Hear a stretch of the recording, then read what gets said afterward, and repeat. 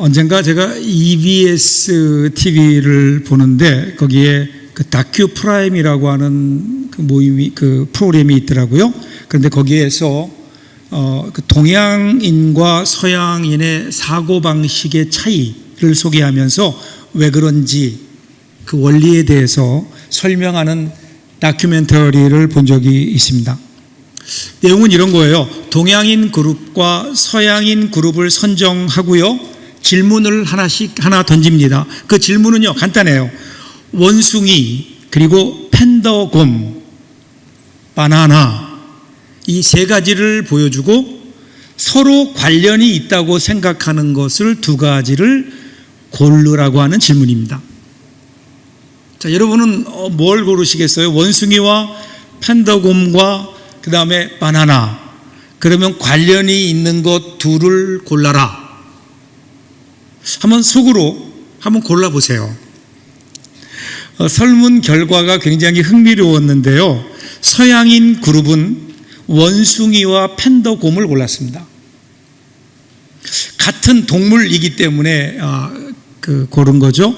그런데 동양인은 달랐어요. 동양인 그룹 대부분은요 원숭이와 바나나를 선택을 했습니다. 왜 이런 결과가 나왔을까 설명하면서 이렇게 설명해요. 우리 한국인을 포함한 동양인은 서로 간의 관계에 주목하는 관계 중심적 사고를 하기 때문이고, 서양인들은 어떤 공통의 속성을 중요하게 보는 속성 중심적인 사고를 하기 때문이다. 여러분은 뭘 고르셨나요?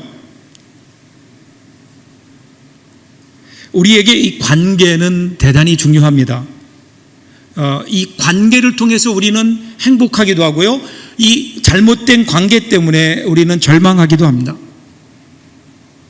신앙도 그래요. 신앙도 관계입니다. 유명한 토레이 목사님이 이런 유명한 그 명제를 던졌죠. 교회의 교자를 가르칠 교자가 아니라 교통할 때의 교자로 써야 맞다는 거예요. 교회가 무언가를 가르치는 것 그 이전에 가지고 있는 속성이 뭐냐면 함께 모여서 교제하는 것이다, 사귐이 있는 것이다. 교제. 그리고 이 교제는 대상이 있죠. 대상이 있기 때문에 관계가 형성되는 겁니다. 그래서 여러분, 신앙에는요, 신앙을 요약하면 크게 두 가지 관계가 있어요. 하나는 하나님과의 관계인 거예요. 하나님과의 관계. 그래서 시편 23편 4절을 보시면, 내가 사망의 음침한 골짜기로 다닐지라도 해를 두려워하지 않을 것은 주께서 나와 함께 하심이라. 주의 지팡이와 막대기가 나를 안위하시나이다. 이게 믿음이라고요. 위치는, 지금 살고 있는 삶의 환경은 사망의 음침한 골짜기예요. 그런데 그 가운데 있으면서도 두려워하지 않고 절망하지 않는 이유는 뭐예요? 하나님이 함께 하시기 때문에 그래요. 하나님과의 관계인 거예요. 그러니까 신자들에게 있어서 우리들에게 믿음이 뭐냐? 그러면 환경과의 관계가 아니라 하나님과의 관계인 거죠. 하나님과의 관계. 그렇기 때문에 우리 신자는 상황이 아니라 하나님과의 관계로 살아가는 사람들입니다. 그리고 이 관계가 성도와의 관계로 이어지는 거예요. 성경에서 가장 유명한 구절 뭘까요? 요한복음 3장 16절. 다 같이 한번 외워볼까요? 시작. 하나님이 세상을 이처럼 사랑하사 이는 그를 믿는 자마다 멸망하지 않고 영생을 얻게 하려 하심이라.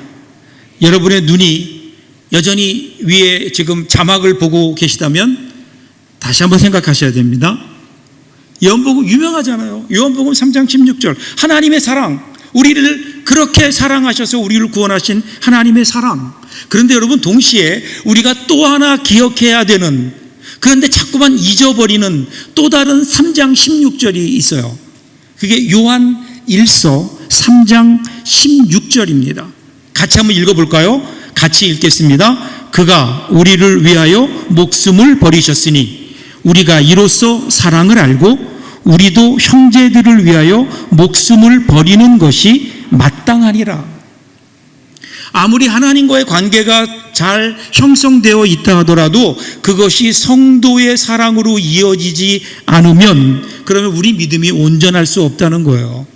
근데 여러분 가만히 한번 생각해 보세요. 우리가 신앙생활하면서 우리가 어려움을 겪고 시험을 겪는 대부분의 그 이유가 하나님과의 관계는 아니잖아요. 사랑과의 관계입니다.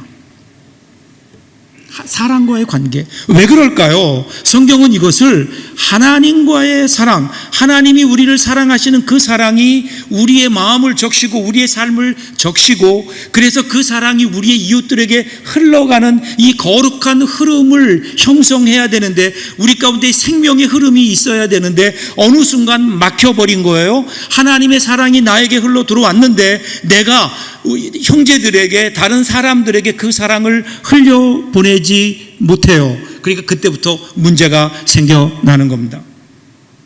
왜 그럴까요? 그 통로가 막혀 있기 때문에 그래요. 사랑이 흘러갈 수 있는 통로, 하나님의 사랑이 우리의 사랑하는 이웃들에게, 같이 신앙생활하는 성도들에게, 우리 가족들에게 흘러갈 수 있는 통로. 오늘 그래서 오늘 성경은요 우리 그 성도들 간의 교제를 위한 통로에 대해서 얘기해 주고 있어요. 자, 먼저 12절부터 13절 한번 볼까요? 형제들아, 우리가 너희에게 구하노니 너희 가운데서 수고하고 주 안에서 너희를 다스리며 권하는 자들을 너희가 알고 저의 역사로 말미암아 사랑 안에서 가장 귀히 여기며 너희끼리 화목하라. 첫 번째, 그 통로가 대상이 누구냐면 교회 지도자들이에요. 대표적인 사람들이 저와 같은 목회자들일 겁니다.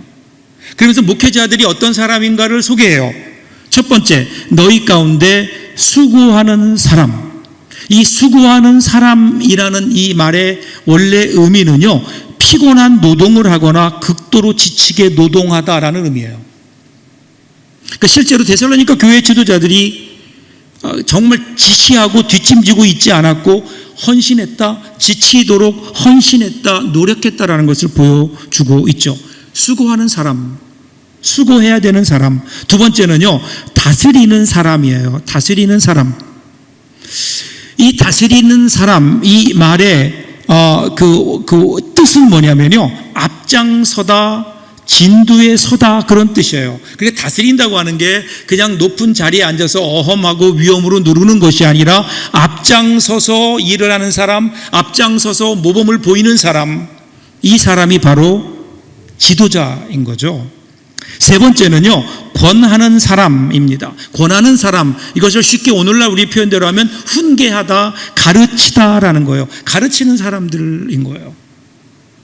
그러니까 목회자가 누구일까요? 목회자가 존재하는 이유가 바로 여기에 있는 거예요. 교회를 위해서, 성도들을 위해서 수고해요. 그리고 그들 앞에 서서 그들을 격려하며 끌고 나가야 되는 사람들이에요. 그리고 그들에게 하나님의 말씀을 가르치는 사람들이에요. 여기에 목회자, 교회 지도자들의 존재 이유가 있는 거예요. 목회자가 존재하는 이유는 어디에 있을까요? 성도들을 위해서예요. 성도들이 없다면 목회자의 존재의 근거는 없죠. 성도들을 훈련하는 겁니다. 성도들을 더욱더 성숙하게, 신앙을 성숙하도록 그들을 잘 양육하는 겁니다. 이것이 목회자들의 일인 거예요. 그래서 여러분, 진짜 하나님이 기뻐하시는 교회는요, 목사가 유명한 교회가 아니에요. 평신도가 더 유명한 교회에 되지 않을까요? 좋은 목회자가 있는 교회에 나타나는 모습들을 보면 성도들이 잘 훈련돼서 그들의 삶의 현장에서 빛과 소금의 역할을 감당하고 직장에서나 가정에서나 누구에게나 모범이 되는 그러한 성숙한 그리스도인으로 살아감으로 많은 사람들에게 칭찬을 듣는 사람, 이런 사람들이 많아지는 교회, 그 교회가 건강한 교회고, 그리고 여러분 그 교회를 섬기는 목회자들이 훌륭한 목회자들이 아닐까요? 제가 이 말씀을 읽으면서 사실은 제 마음에 굉장히 무겁게 받아들였어요. 제 자신의 모습을 한번 비추어 봤어요. 나는 과연 교회 지도자로서, 목회자로서 잘하고 있는가? 수고하고 있는가? 잘 다스리는가? 그리고 그들을 잘 가르치고 있는가? 말씀 앞에 내가 참 부족하구나. 내 자신의 모습을 보면서 하나님 앞에 연약한 저의 모습을 발견하고 하나님 앞에 엎드려 기도했어요. 제 자신의 모습, 말씀을 통해 제가 제 자신의 모습을 잘 알게 되었습니다. 그런데 오늘 성경은요, 저만 아는 것이 아니라 여러분들도 알아야 된다, 이렇게 강조합니다. 여러분들이 알아야 된다는 거예요. 단순히 교회의 지도자들이 얼마나 수고하며 섬기는지를 그냥 지적으로 알라라는 의미가 아니라 실제로 그들의 수고를 함께하고 그 가치를 인정해주고 그것을 알기에 그들을 존경하라, 존중하라. 오늘 성경은 그렇게 얘기합니다. 지도자들을 존중하라고요. 목회자들을 귀하게 여기라고요. 왜 그럴까요? 왜 성경은 목회자들을 귀하게 여기라 그럴까요? 여러분, 그 이유는 간단해요. 목회자들이 여러분의 신앙에, 여러분의 은혜 생활하는데 너무너무 중요한 통로가 되기 때문에 그런 겁니다. 목회자와의 바르고 좋은 관계를 유지하지 않고는 우리가 사실은 은혜 생활하기가 어려워요. 제가 중학교를, 불교 중학교를 다녔어요. 한 번은 이제 불교 학과 시간인데 그때 그 선생님이, 가르치는 선생님이 기독교를 폄하하는 그러한 그 내용을 이야기하시는 거예요. 그래서 제가 순교하는 마음으로 이대로 있으면 안 된다, 순교하는 마음으로 거세게 항의했다가 법당에 끌려가서 정말 죽도록 맞았습니다. 근데 그분이 가르치는 과목이 수학이에요. 교학도 가르치고 수학도 가르쳐요. 그 선생님이 그렇게 혼나고 난 후에 수학이 싫었어요. 그냥 수학 자체가 싫었어요. 수학 시간만 되면 딴 생각나고, 수학 선생님이 갑자기 사탄으로 보이기도 하고, 그렇게 2년을 지냈더니 수학을 전혀 몰라요. 수학은 백지였어요. 여러분, 선생님과의 관계가 나쁘면 절대로 학교 생활 재미있고 유익하고 공부를 잘할 수가 없는 거예요. 마찬가지로 여러분, 교회에서도요, 목회자와의 관계가 제대로 잘 건강하게 형성되지 않으면 그럼 어떻게 교회 생활이 즐거울 수 있겠냐고요. 어떻게 우리가 신앙생활을 잘할 수 있겠냐고요. 목회자들과 여러분 좋은 관계 유지하셔야 돼요. 그럼 어떻게 하면 될까요? 어떻게 하면 가장 목회자의 관계를 잘 유지할 수 있을까요? 중요한 거 한 가지가 있어요. 기도하는 거예요. 목회자들을 위해 기도하는 거예요. 기도하면 관심이 가고요. 기도하면 우리의 사랑이 흘러가게 되어 있어요. 기도하면 사랑하게 되어 있는 거예요. 그래서 여러분, 목회자와의 관계를 어떻게 하면 가장 잘 유지할까? 다른 거 없어요. 목회자들을 위해 기도하세요. 오늘부터 여러분 기도할 때마다 목회자들을 위한 기도, 특별히 저를 위한 기도를 빼놓지 마세요. 오늘부터 시작하세요. 지금까지 하셨던 분들은 더 많이 하시고요, 안 하신 분들은 시작하시면 됩니다.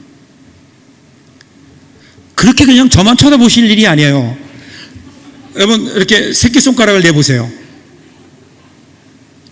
새끼손가락을 드시고요, 마음속으로 여러분, 오늘부터 내가 우리 교회 목회자들을 위해서 기도하겠습니다 하시고요, 그냥 가만히 있으면 안 되고 어떻게 할까요? 까닥까닥 3번 약속한 거예요.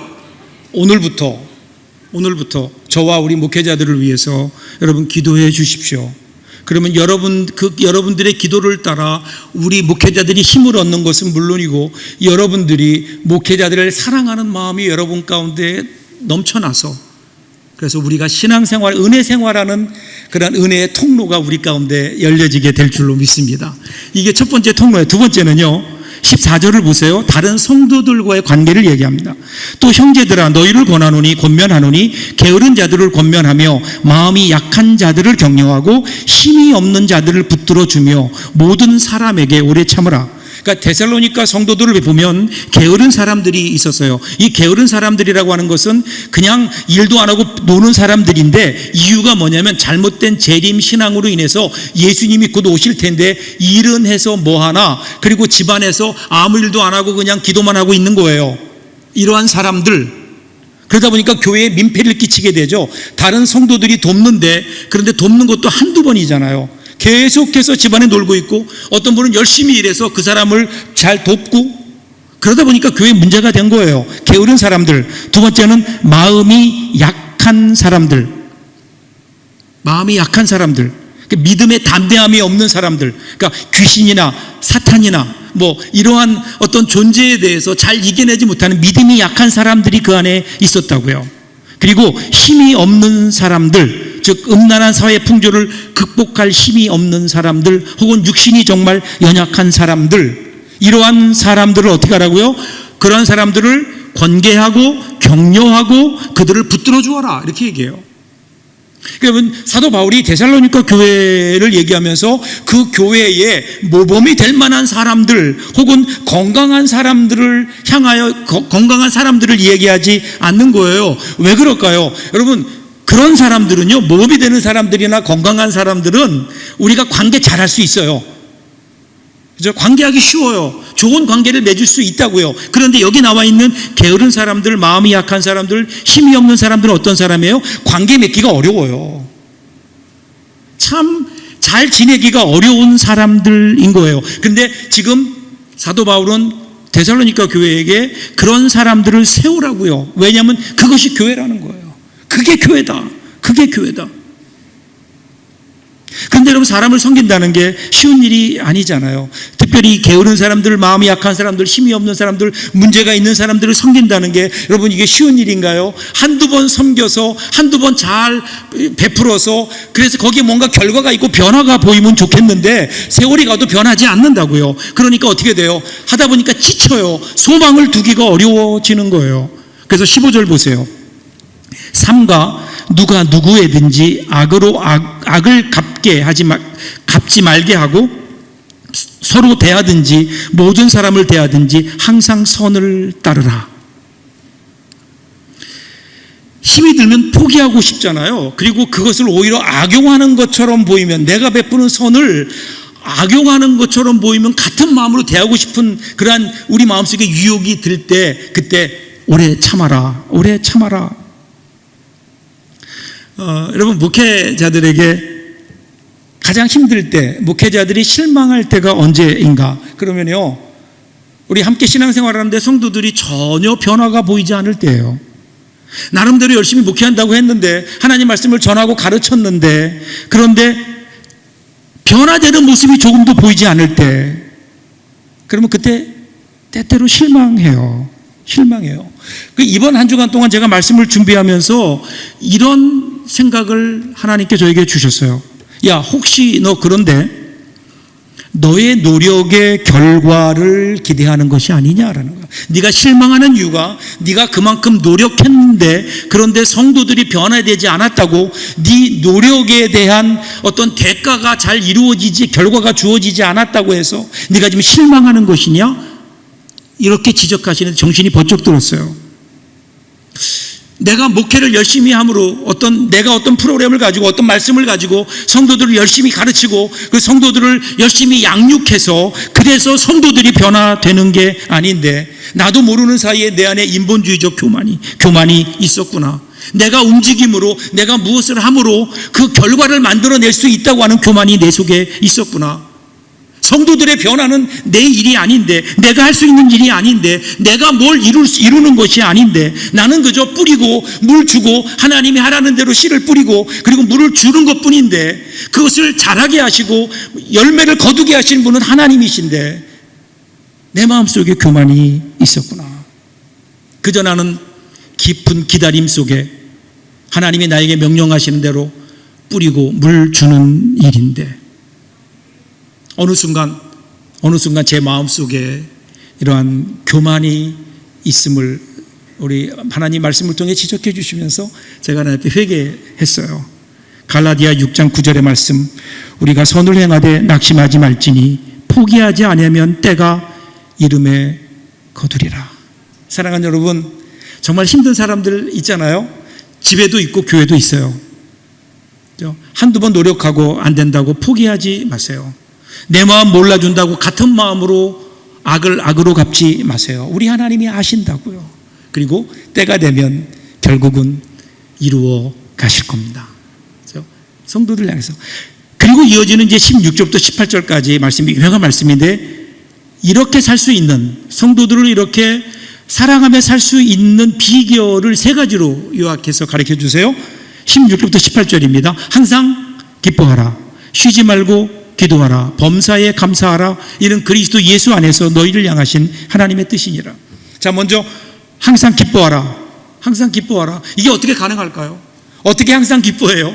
여러분, 지난 일주일 동안 몇 번이나 기뻐하셨어요? 인생을 살다 보면 기쁠 때가 있죠. 어떤 기쁜 일이 우리에게 있을 때 순간적으로 기뻐할 수 있다고요. 그런데 어떻게 항상 기뻐해요?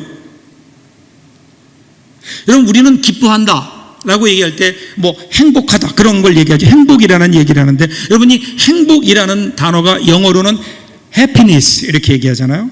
그런데 여러분 잘 아는 대로 이 단어의 뿌리가 어디서 온 줄 아세요? happen에서 온 거예요. 우리가 happening 그렇게 얘기하죠. 우연히 일어난 일 이렇게 얘기하죠. 우리가 생각하는 행복은 뭐냐면요, 그냥 우연히 발생하는 환경적인 요인에 의해서 우리가 느끼는 만족, 우리가 느끼는 감정, 이걸 우리는 행복이라고 이야기한다고요. 요행과 다를 게 없어요. 그런데 성경에서 얘기하는 기쁨은 이러한 해피니스가 아니에요. 환경적인 것이 아니라 내적인 것이에요. 우리가 예수 그리스도를 영접했을 때, 예수를 믿음으로 예수님을 영접했을 때 성령이 우리 가운데 내주하며 우리 가운데 주시는 첫 번째 선물이 뭐예요? 그 기쁨이에요. 그 기쁨이에요. 기쁨의 이유 되시는 예수님께서, 성령께서 우리 가운데 거하신다는 것이 이게 항상 기뻐할 수 있는 것의 근거인 거예요. 환경이 아니에요. 우리가 살아가는 우리 삶의 어떤 정황들이 아니에요. 기쁨은 우리 안에 계시는 우리 예수님, 그 예수님의 근거한 기쁨. 그러니까 어떻게 우리는 환경이 아니라 항상 우리 가운데 영원히 변하지 않고 우리 가운데 거하시는 예수님을 보면서 우리는 기쁨을 누릴 수 있는 거죠. 그리고 18절 상반절에 보면 범사에 감사하라. 이 범사에 감사하라, 이 말도 그래요. 문자 그대로 모든 일이에요. 그냥 감사할 만한 일만 감사가 아니라 모든 일. 어떻게 범사에 감사할 수 있을까요? 이것도 믿음이에요. 믿음의 차원이에요. 로마서 8장 28절 보세요. 우리가 알거니와 하나님을 사랑하는 자 곧 그 뜻대로 부르심을 입은 자들에게는 모든 것이 합력할 선을 이루느니라. 어떻게 우리가 감사하며 살 수 있다고요? 하나님에 대한 믿음이에요. 그 하나님에 대한, 하나님이 어떤 분이세요? 온 우주를 창조하신 전능하신 창조주 하나님이세요. 그런데 그것으로 끝나는 것이 아니라 그 하나님이 우리를 사랑하세요. 전능하신 하나님이 우리를 사랑하신다고요. 그러면 여기에 어떻게 우연이 있을 수 있겠어요? 이게 복음이거든요. 전능하신 하나님이 우리를 사랑하신다, 이게 복음이에요. 그러니까 우리에게는 우연이라는 없는 거예요. 우연이라는 것은요, 무능력, 무관심 속에서 일어나는 일들이잖아요. 그런데 하나님은 무능력한 분도 아니고 무관심한 분도 아니에요. 하나님은 모든 능력을 가지고 계신 분이고 우리를 한순간도 사랑하지 않는 적이 없으신 그 하나님. 그렇다면 그 하나님을 우리가 믿는다면, 여러분, 그 하나님 앞에서 일어나는 우리의 모든 삶, 우리에게 일어나는 모든 일들은 하나님의 뜻 가운데서 일어나는 필연인 거예요. 우연이 아닌 거예요. 한치의 오차도 없이 오늘 우리의 삶을 알고 계시고 인도하시고 보호하시는, 그래서 오늘 우리 삶이 어떻든 결국은 모든 것이 합력하여 선을 이루어 가시는 그 하나님, 그 하나님에 대한 믿음이 있기에 여러분 우리는 항상 감사할 수 있는 거죠. 그렇죠? 자, 근데 그럼에도 불구하고요, 기뻐하고 감사한다, 특별히 항상 기뻐하고 범사에 감사한다, 여러분 이 일이 쉽지 않아요. 만만한 일이 아니에요. 아니, 우리 힘으로 불가능해요. 내 힘으로 어떻게 날마다 기뻐하고 어떻게 우리가 모든 일들에 감사할 수 있겠어요? 그래서 이 감사와 기쁨 사이에 나오는 또 하나의 명령이 있잖아요. 그게 뭐죠? 쉬지 말고 기도하라. 기도인 거예요. 기도. 여러분, 기도가 이 일을 이루어내는 거예요. 기도. 그런데 우리가 여기서 쉬지 말고 기도하라, 이 말씀을 들으면 우리가 사실은 그 앞에 마음이 좀 답답해지죠. 그러니까 기도하는데 하루에 한 번씩은 기도해라. 이러면 한번 해볼만 하겠는데, 한 3번까지는 어떻게 해보겠는데, 쉬지 말고 기도해라. 근데 여러분, 사실은 이 말씀을 뒤집어 놓으면 이 말씀이 은혜예요. 왜냐하면 하나님께서 쉬지 말고 기도해라, 그 얘기는요, 하나님 편에서는 내가 쉬지 않고 너희의 기도를 들어주겠다는 하나님의 약속인 거예요. 그렇죠? 하나님께서 나는 밤에는 기도를 안 듣는다, 내가 기도를 듣는 시간은 아침 9시부터 오후 5시까지다, 이러면 여러분 우리 큰일이잖아요. 그런데 하나님은 그렇지 않으셨다고요. 쉬지 않고 우리의 기도를 들어주시겠다, 이게 하나님의 약속이에요. 아멘입니까? 이게 아멘이에요. 이게 하나님 은혜인 거예요. 자, 우리 입장에서 그럼 보세요. 쉬지 않고 기도해라. 그러면 다른 거 하지 말고 모든 일을 멈추고 그냥 매일 기도만 해라. 그런 뜻일까요? 여러분, 여기 쉬지 말고라고 하는 이 말의 뜻이 재미있어요. 그 당시에 반복되는 기침을 가리킬 때 이때 이것이 바로 쉬지 말고의 의미예요. 기침, 여러분 기침이 계속 나와요. 그렇죠? 근데 기침을 쉬지 않고 하는 건 아니잖아요. 기침을 쉬지 않고 하면 죽어요. 근데 기침을 한 다음에 잠깐 쉬었다가 또 기침을 하고 그러죠. 그런데 기침을 하고 나서 잠깐 쉰다고 해서 기침을 안 한다는 건 아니잖아요. 계속해서 기침을 하는 거예요. 이것에 대한 수사학적 표현인 거예요. 그러니까 여기서 말하는 쉬지 말고 기도하라고 하는 것은 기도를 몇 번을 해야 되느냐라고 하는 빈도의 차원을 넘어서 모든 삶 속에서 하나님의 뜻을 인정하고 하나님께 의뢰하고 하나님의 뜻을 구하며 그리고 하나님께 의지하며 살라고 하는, 무슨 일을 하든지 하나님께 기도하는 마음으로 하라고 하는 우리의 태도의 문제인 거죠. 그렇게 살 때 그때 우리가 어떻게 해요? 항상 하나님 앞에 하나님을 의지하고 하나님의 뜻을 구하며 기도하는 마음으로 살아갈 때 그때 우리는 항상 기뻐하고 그리고 범사에 감사하는 삶을 살 수가 있는 거예요.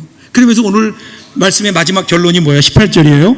이것이 그리스도 예수 안에서 너희를 향하신 하나님의 뜻이니라.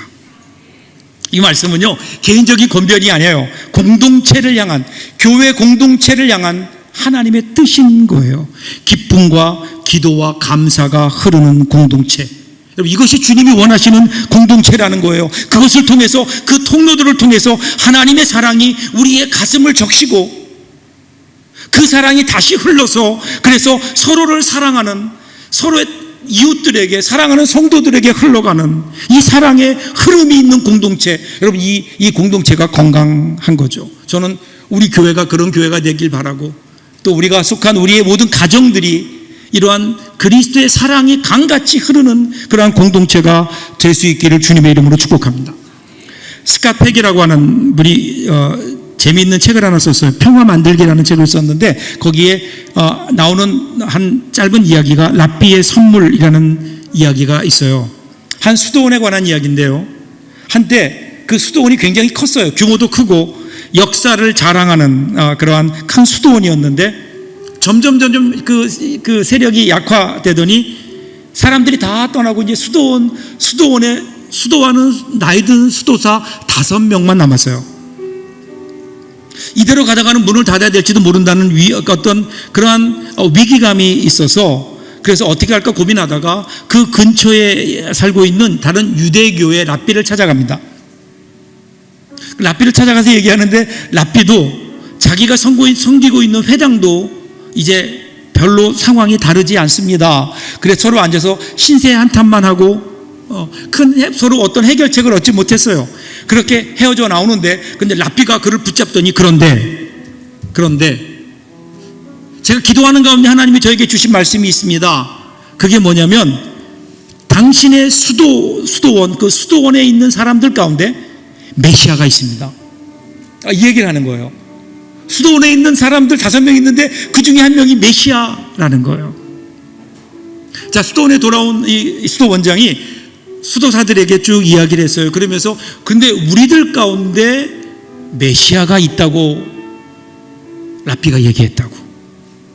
그 사람들은 처음에 그냥 흘려들었는데 세월이 가면서 랍비가 한 그 말에 대해서 곰곰이 생각하게 됩니다.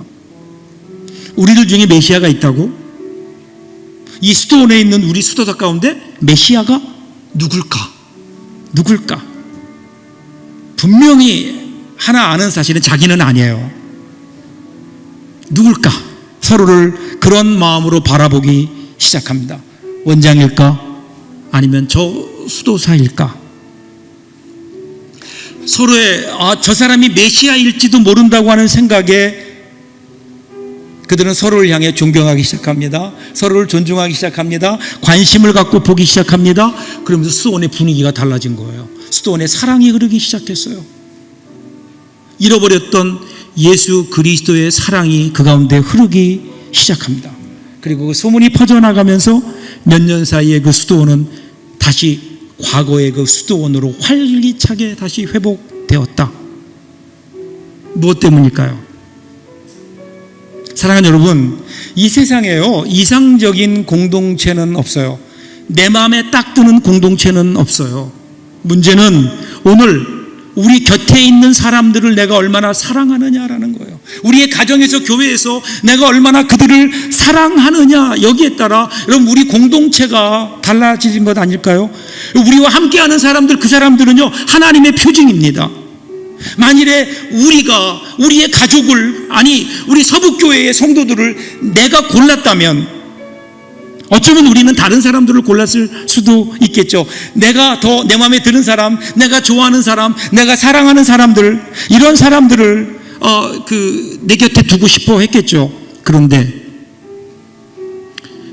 오늘 우리가 함께 있는 이 자리, 함께 있는 사람들을 가만히 보세요. 우리 주위에 있는 사람들이 어떻게 우리 주위에 오게 되었을까요? 여러분, 하나님이 우리 곁에 데려다가 두신 분들 아니에요? 하나님이 선택해서 우리 곁에 두신 그 사람들이 바로 오늘 우리가 함께 살고 있는 가족들이고, 그리고 서부 공동체 안에 있는 우리 성도들 아닐까요? 하나님이 직접 그분들을 데려오셨다고요. 그러면 이제 우리가 해야 될 일은 뭘까요? 그 사람들과 함께 한 마음으로 하나님의 일을 하는 거예요. 하나님이 주신 선물인 줄 알고 그들을 사랑하는 거예요. 그들을 아끼는 거예요. 하나님이 나에게 주신 그 은혜를, 사랑을 그들과 더불어 나누는 거예요. 그러면서 여러분, 우리는 거기에서 비로소 행복한 거예요. 가정에서 사랑을 느끼고, 교회에서 하나님의 은혜를 느끼고, 하나님의 거룩하신 하나님의 영광을 우리들이 누릴 수 있지 않을까요? 이 놀라운 은혜가. 이번 한 주간 동안 저와 여러분과 여러분 가정과 여러분 삶 속에, 그리고 우리 교회 안에 이 아름다운 사랑의 흐름이 일어날 수 있기를 주님의 이름으로 축복합니다. 기도하겠습니다.